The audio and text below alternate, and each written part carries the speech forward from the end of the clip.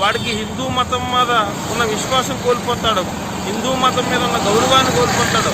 అలా హిందువులందరికీ కూడా హిందూ ధర్మం పైన గౌరవాన్ని విశ్వాసాన్ని తగ్గించేటట్టుగా ఈ మత మార్పిడి ముఠాలు కుట్ర చేసి ఈ తక్కువ రేట్లకే పుస్తకాలు మన హిందూ సమాజంలో తీసుకొచ్చి అమ్ముతున్నారు. కాబట్టి మీరు అందరూ తెలుసుకోండి, ఈ జ్ఞానగంగ అనే పేరుతో ఏ పుస్తకం వచ్చినా సరే దాన్ని మీరు తిరస్కరించండి. అమ్మే వాళ్ళందరినీ కూడా మీరు ఖండించండి. అవసరమైతే మీ పరిసర ప్రాంతాల్లో ఉన్న పోలీస్ స్టేషన్లో అప్పచెప్పండి చట్టరీత్యా. ఇవన్నీ కూడా తప్పుడు పుస్తకాలు, హిందూ ధర్మానికి ఏమాత్రం సంబంధం లేని పుస్తకాలు.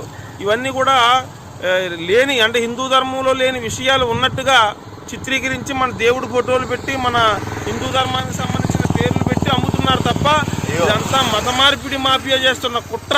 కాబట్టి హిందూ సోదరులంతా కూడా మేల్కొని ఉన్న నిజాన్ని తెలుసుకోవాల్సిందిగా కోరుచున్నాం. జై శ్రీరామ్. అలాగే పవిత్ర బైబుల్ అట, పవిత్ర ఖురాన్ అట, ఇందులో సృష్టికర్త వాళ్ళేనట. ఇక్కడ రాశాడు చూడండి, దగ్గర పెట్టండి, దగ్గరగా రాశాడు చూడండి. ఇక్కడ కబీర్ గొప్పవాడట, విష్ణువు బ్రహ్మ వీళ్ళు శాఖలట. అది ఎలా రాశాడో చూడండి, ఎంత దరిద్రుడు వీడు రాసినవాడు. కాబట్టి మన హిందూ ధర్మాన్ని అవమానపరిచే విధంగా రాసిన ఈ పుస్తకాలు పోలీస్ స్టేషన్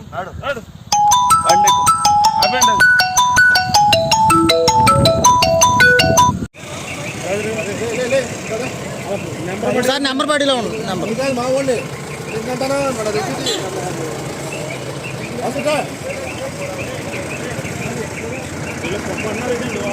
ఏమో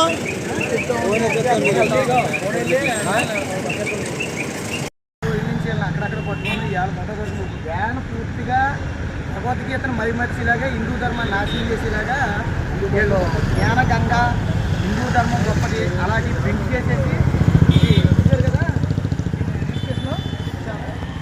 HR 69C4109 అంటే ఇది ఏ రాష్ట్రంలో ఒకసారి ఆలోచించుకోండి.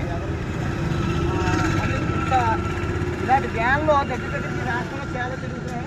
అంటే హిందూ ధర్మాన్ని నాశనం చేయాలని వీళ్ళ వెనకాల పెద్ద మాఫియా లేకపోతే హిందూ ధర్మానికి సంబంధించి భగవద్గీత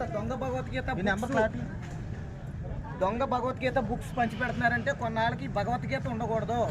అంటే మన ధర్మానికి సంబంధించిన హిందూ గ్రంథాలన్నీ వక్రీకరించాలి అని ఇప్పటికే మన ధర్మంపై అనేక దాడులు జరుగుతాయి. దేవాలయాలు దేవీ దేవతల విగ్రహాలు తగలబెట్టినారు, పెద్ద పెద్ద రథాలు తగలబెట్టారు, మనం అన్నీ చూస్తున్నాం. అలాంటిది ఇప్పుడు మళ్ళీ మన ధర్మానికి సంబంధించిన గ్రంథాలను కూడా వక్రీకరించాలని వక్రీకరించాలని ఇక చూశారు కదా. ఏ భయ్యా